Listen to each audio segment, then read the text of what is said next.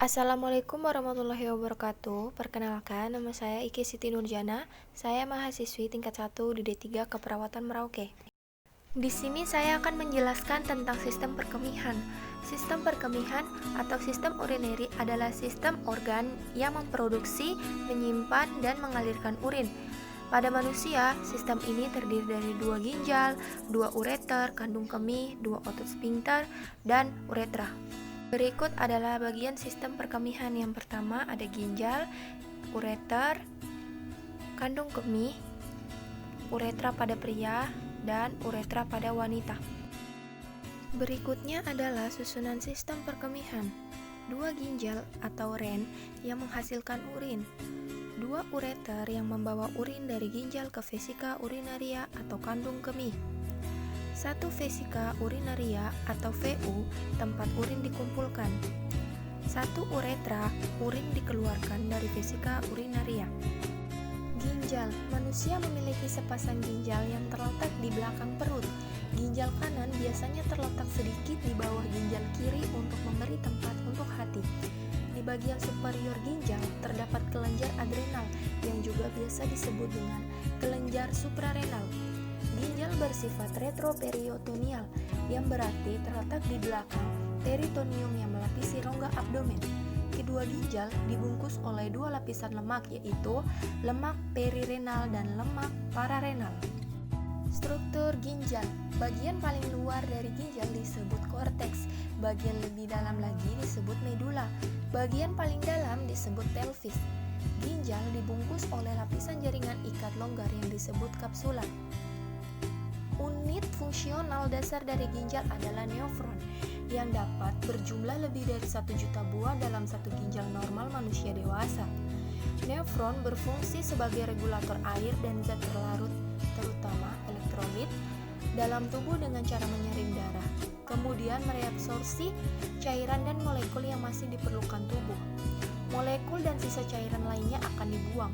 Hasil akhir yang kemudian diekskresikan disebut urin. Ureter terdiri dari 2 pipa yang masing-masing bersambung dari ginjal ke kandung kemih.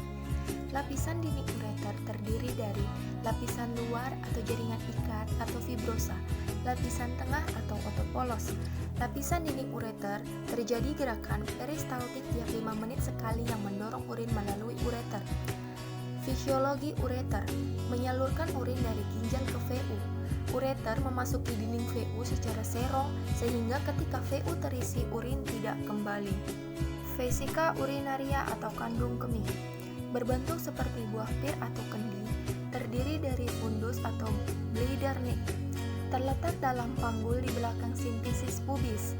Dindingnya terdiri dari lapisan serosa, otot, mukosa, dan transisional.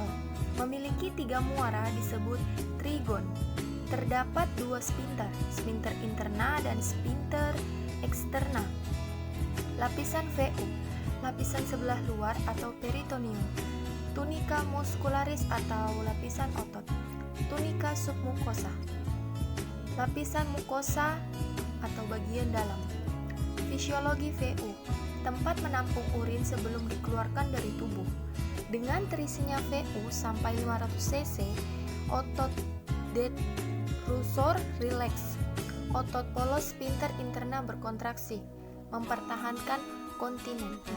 Uretra merupakan saluran sempit yang berpangkal pada kandung kemih, berfungsi menyalurkan air kemih keluar. Dalam anatomi, uretra adalah saluran yang menghubungkan kantung kemih ke lingkungan luar tubuh. Uretra berfungsi sebagai saluran pembuang baik pada sistem kemih atau ekskresi dan sistem seksual. Pada pria, berfungsi juga sebagai sistem reproduksi sebagai saluran pengeluaran air mani. Uretra pada wanita. Pada wanita, panjang uretra sekitar 2,5 sampai 4 cm dan terletak di antara klitoris dan pembukaan vagina.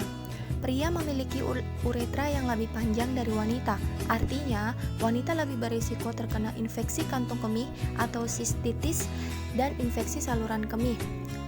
Uretra pada pria.